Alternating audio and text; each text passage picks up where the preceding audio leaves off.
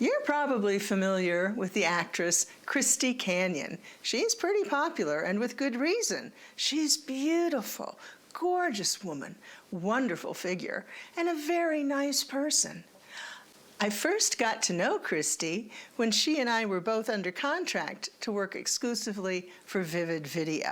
Being under contract with a company means that you go to conventions to promote your films, such as the Video Software Dealers Association convention or the Consumer Electronics Show. And that's when I really got to converse with her and get to find out what kind of a person she is. She's very down to earth, very easy to talk to.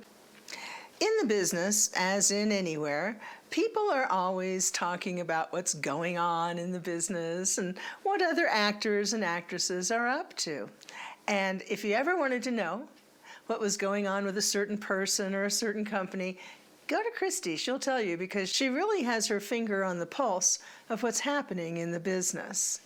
You know how it is. People talk.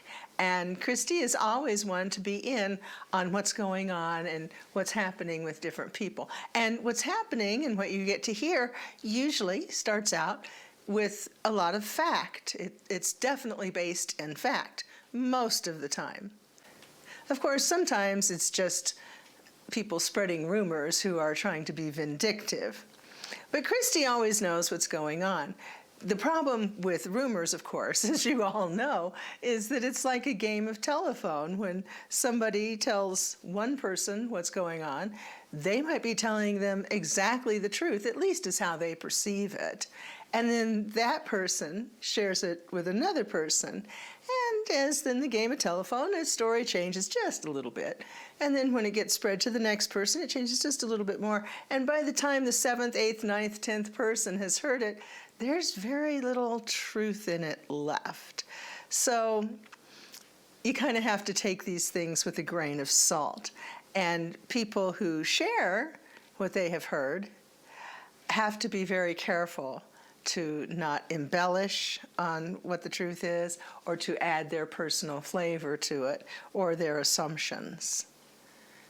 Christy and I worked together in a couple movies, Crazed 1 and Crazed 2. She was a pleasure to work with, very excited to be there, always came to the set with a good attitude, very easy to get along with. One of the things I really liked about Christy was that since she and I had been in the business for a while, we both liked to help other younger actresses who were just getting started learn the ropes a little bit. And I remember one time, I believe it was in Crazed Part 2, but I can't be sure, we were sharing some hygiene and health information with one of the younger actresses who was just getting started, and she didn't know these things. So I felt like she and I took pride in helping other girls and women get used to the business and understanding what we had to do to work with the producers and the directors, but also to help our own bodies and to remain healthy. That brings me to something that Christy said on one of her shows. I did the radio show with Christy and Ginger that was on Playboy channel on Sirius several times, and I wrote an autobiography. And one of the things Christy said was that she was upset with me because of my portrayal of the business.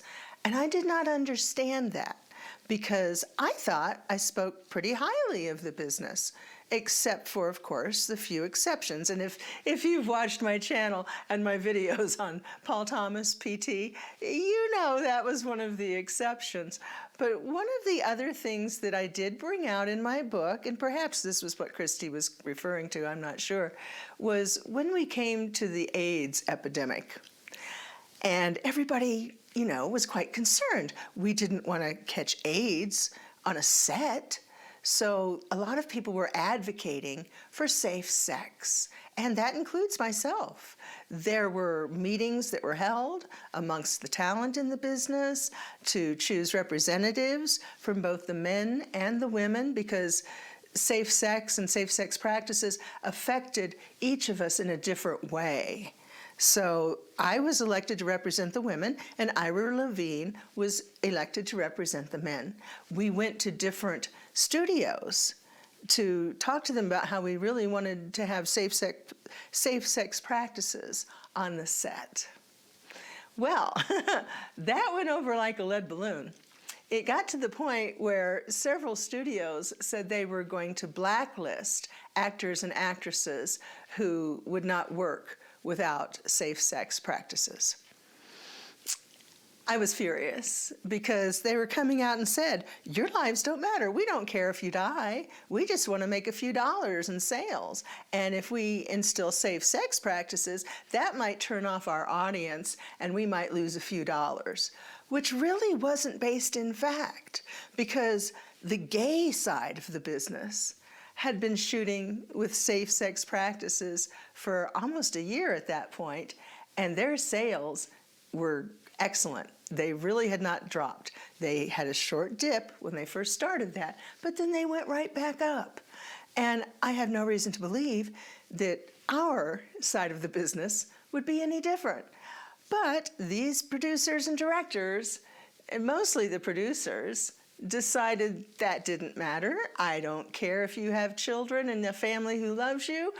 You're going to have to put your life on the line because we might lose a few dollars. Yeah, I exposed that, and I'm proud to say it. Sorry, but apparently she thought I was bad-mouthing the business. The other thing that I brought up, and I was adamant about, is that actresses should be making more money than they are. Considering the amount of time that we can be divorced from that business and still be burdened with the scarlet letter simply for having done so in the past at some point in time is ridiculous.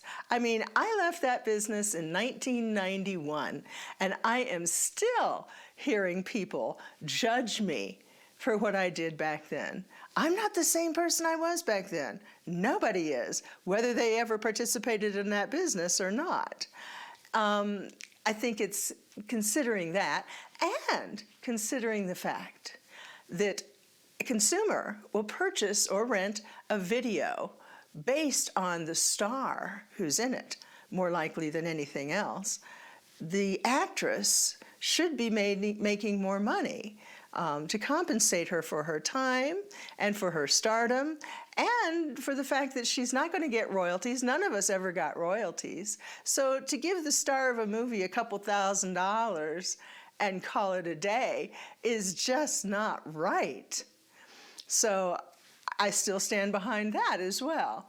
Other than that, I don't think I badmouthed the business at all. Now, here comes the crux of the situation when it comes to Christy Canyon.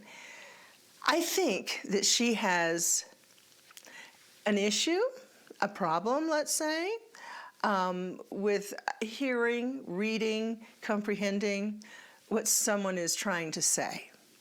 I think she focuses on the negativity or the perceived negativity in the conversation, the commentary, or in the text, and that's what she hones in on, and the rest goes to the wayside. Now, the reason I say this, and it took me, decades to come up with this theory, because several times I have seen, I have witnessed, and I personally have given her what I considered to be very nice compliments, because I do think she's not only a beautiful woman, but brilliant.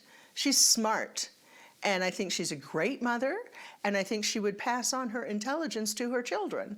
However, when I tried to express that, somehow she thought I was being negative.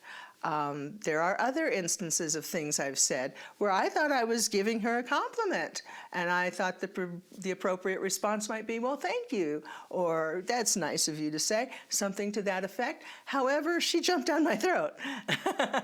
I've heard other people, fans, say that they had a hard time getting along with her as well. I don't think it's her personality, because she's a wonderful person, as I say. I really like her. I enjoy being around her. She's smart. She's beautiful. However, sometimes if you don't say things just so, she can occasionally have a tendency to take things wrong and to think that you're being derogatory or evil or something.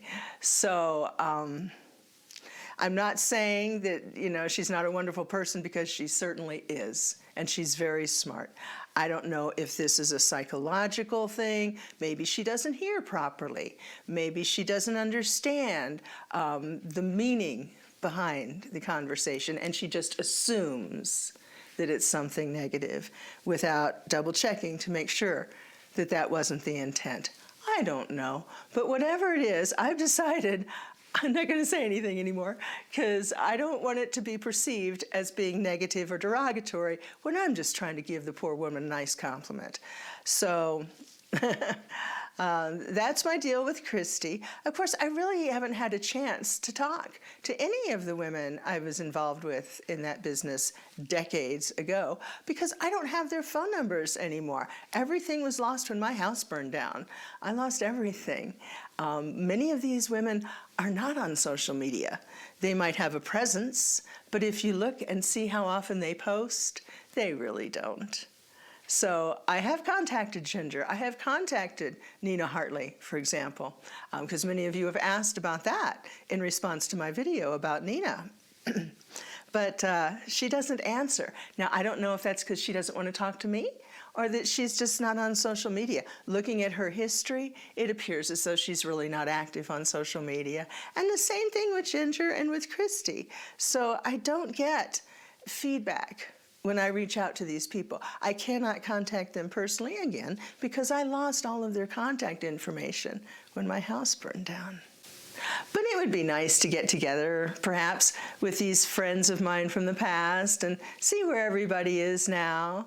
Of course, I would never dare to give Christy a compliment because I'm afraid she'd take it wrong and think I was being shitty. Anywho, I love her. I love Christy. I love Ginger. I love Nina, in her own way. Even though we had that big falling out, they're still nice people. I still love them. Their heart is in the right place. I don't think that any of them, have negative intentions against anyone. It's just misunderstandings and circumstances and other things that perhaps I don't even know anything about. And that's my take on Christy Canyon.